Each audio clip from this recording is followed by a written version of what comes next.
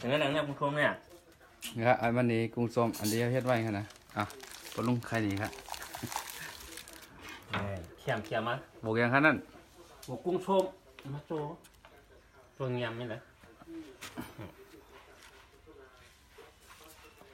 กุ้งชมมันนะกุ้งชมลงมันนะฉันมองไว้นะหมูบวก3 ขึ้น 4 ขึ้นเนาะ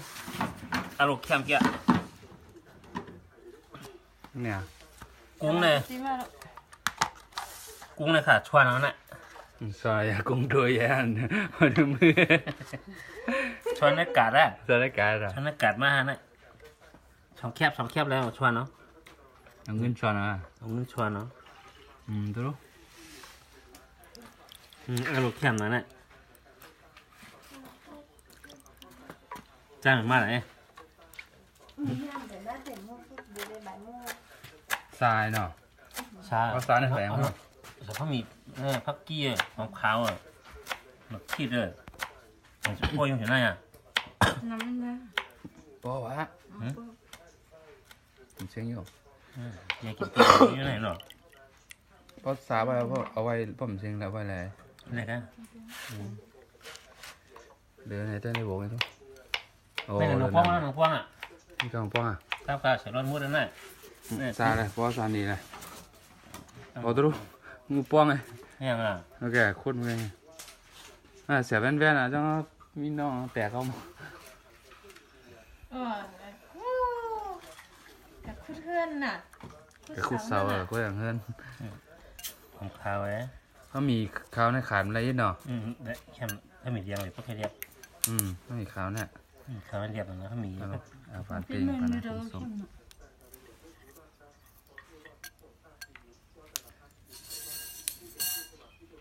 เมื่อไรจะกุ้งอ่อนเนาะเพราะขอหาหีบอลเพราะเป็นเฮ็ดกุ้งเมืองนองอ่ะโอ้เฮ็ดก่อนเนอะเฮ็ดเจ้าของห้องท่วมใช่กะหากุ้งกับอะไรหีนี่ครับใช่เตียงน้ำไม่ใช่กุ้งอ่ะใช่สันนั่นก็ใช่งาจับง่ายเฮ็ดจับหวยนั่นน่ะเฮ็ดง่างจ้าเพราะออกมีออกแล้วโกนเลยเนาะมันเพชรโกนให้ใช้ผู้เหรอเนาะนี่มันขวดน้ำชุ่มในการเฮ็ดพายแค่เถอะพายชามหัวชามหวยเจ้ากุ้งสองตอนนั้นพายชามหัวชามหวยมากๆเลยก็มาปลดใช่มาชูกี่เท่าไรใหญ่มาย้อนกุ้งสองแม่เนาะบ้างก็ใช้กุ้งชุ่มเดียวเนาะว่าเขากายมาเฉยไม่เอียงลงไว้ไม่เอียงเนาะมาชูก็มาเฉยตั้มไม่ใช่ไม่ตั้มเองว่าตั้มมาเฉยตั้มมาเฉยกือเฉยกำเรียกกันเฉยย่ามินต้องจะกำเฉยย่างเฉยอีเดียวใส่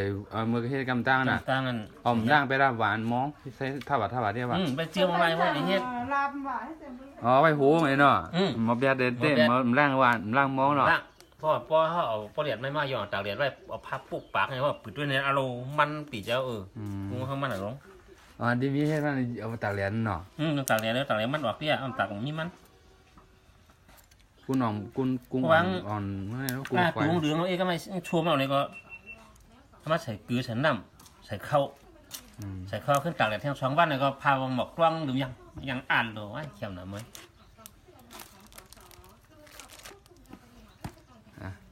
ผักกีไหมผักกีกันเลยความแต่อินกันยังไม่พอยังไม่ใส่น้ำจริงมันใส่น้ำใส่ต้องใส่น้ำมันหั่นกุ้งแดงๆเนี่ยครับเขียวมดหน่อยครับ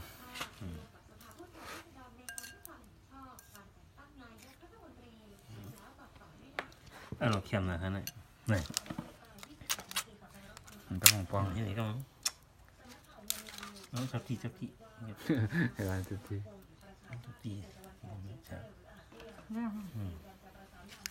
ไวเนาะเนื้อมันเนื้อล่ะเนื้อกุ้งอ่ะปีกำเขาลงกำมันได้ไหมโอ้เดี๋ยวไหนเนาะประมาณนั้นวันนี้เนาะวันนี้เนาะไหนผมไม่ย่อยอ่ะทำไมก็ยังกันมาไม่ย่อยปะหนังปังเราคงชมผมก็หนังปังไม่หรอน้ำป้องสั่งอะไรคะกุ้งส้มใส่สั่งเขาใส่หนังปังราคากำเขาจำไหมกำลูกหนังปังเนี่ยมีอยู่กุ้งชมแต่ผมว่าผมไม่มีน้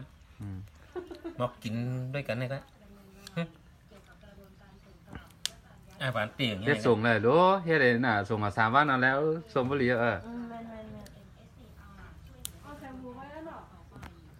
บุกนะยาบุกไม่แห้ง อืม ชวนบุกไม่รีบมันแค่มินชาว่าบุกไม่แห้งนะ ไหนนะนี่นะนั่นน่ะอ๋อน้ำป้องเขาไอ้ อืมอืม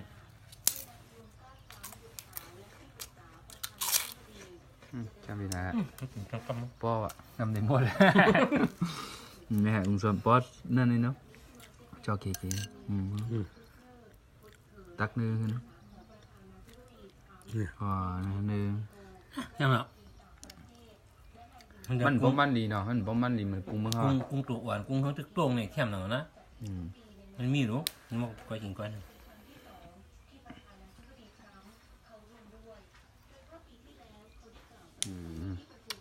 กุ้งส้มกำลังป้อง เหรอ จางหวานเนี่ยมันจางใครจางลาแล้วฮะนี่จบดีกันมาด้วยค่ะกันหน่อยกันเนาะขอบคุณครับ